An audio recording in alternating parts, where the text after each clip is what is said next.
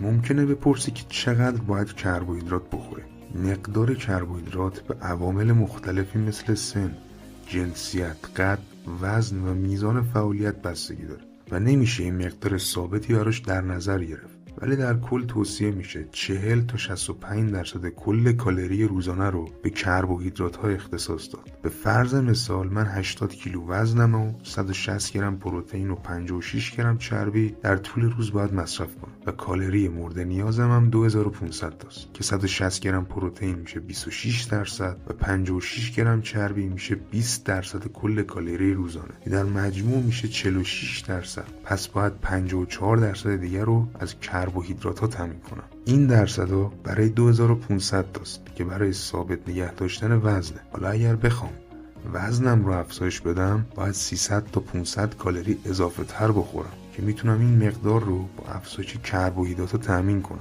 و اگر بخوام وزنم رو کاهش بدم باید 500 تا 1000 کالری کمتر بخورم که میتونم این مقدار رو از کربوهیدرات رو کم بکنم. و البته این نکته هم یادت نره که هر گرم کربوهیدرات 4 کیلوکالری انرژی آزاد میکنه.